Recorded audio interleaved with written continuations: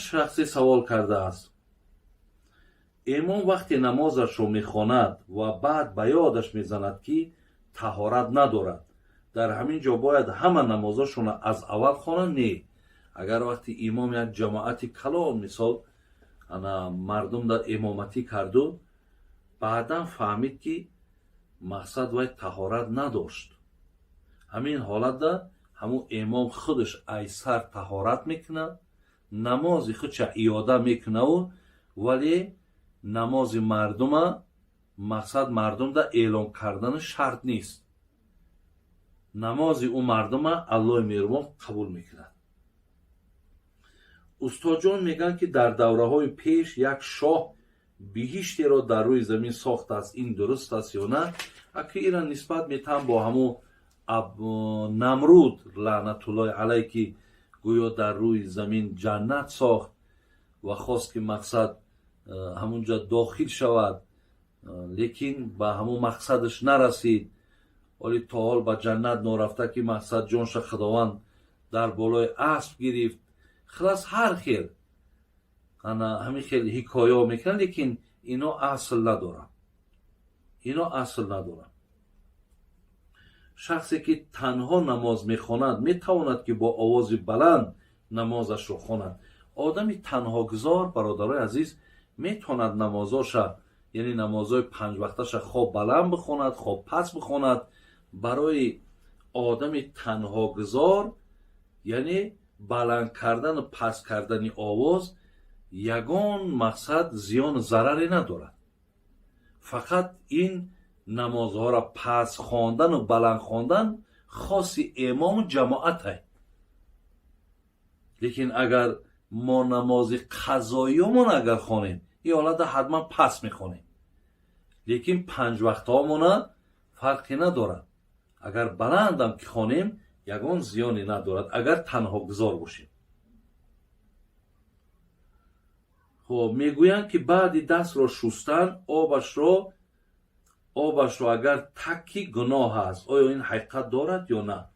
مقصد بعضی ها طهارت میکنن و مثلا با پلاتینسا بگیم یا دستمالشون دستاشون خاک نمیکنن، بلکه میستن همین خیل تا وقتش تا خودش خشک شدنه. ولی در این باب حدیث ها هم از مادرمون میمونه هم در امام بخاری آمدگی است که وقتی حضرت غسل کردن و برای او مقصد یک دستمال دادن که بدنش پاک کند، پاک نکرد بدنش.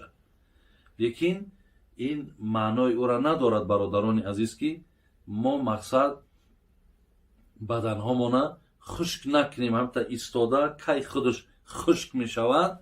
خب یعنی این از ضرورات نیست.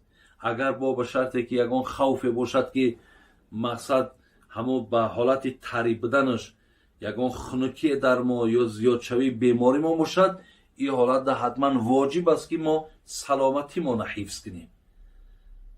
برای همین امروزها که برادرها به اون وقتها و به اون ساعتها و به اون بگیم هواهایی که او زمان بود اگه موافق و مطابق که نیست، امروز ما نمیتونیم که یعنی وقتی من طهارت کردم حالا که در باب طهارتش نآمده است، فقط در باب همون غسل آمده است. برای همین یعنی ایستاده خودش خشک شود این ضرور نیست. ما میتونیم در حال مثلا طهارت کردیم همون پلاتینسا قطعی خودمون پاک کنیم و مثال پوشیم بریم در نمازامون خوانیم. یعنی از ضرورات نیست برادران عزیز این مسئله. کسانی که گرفتاری بیماری روحی میشوند، خودکشی میکنند، آیا آنها حرام میبرند یا نه؟ وقتی آدم بیمار باشد دست به خودکشی که زد وای عذر دارد، یعنی عذر او همون بیماری شد، برای همین او را نمیشود گفته که وای حرام مرده است. لیکن هر کسی که اگر بیمار نباشد و برای همین دنیا و مشکلات دنیا و مشکلات مثال خانوادگی و برای اینها اگر دست به خودکشی بزنند، وای به حال اینها که حال اینها بسیار در نزد الله بده. بسیاری از امام ها غیر امام ابو حنیفه دیگه امام ها آدم خودکشه حتی جنازه را اجازت نمیتن که جنازه شو نخونه. خب بابا جون من 5 سال پیش در راه بد بودم. به پدر و مادر بزرگ شدم. از دین بیخبر بودم. یک بار خدا را بسیار دشنامهای بد کردم. حاضر صاحب شوهرم. از دین با خبر شدم. نمازم را به وقتش میخوانم. بسیار دعا میکنم. سخت پشیمانم.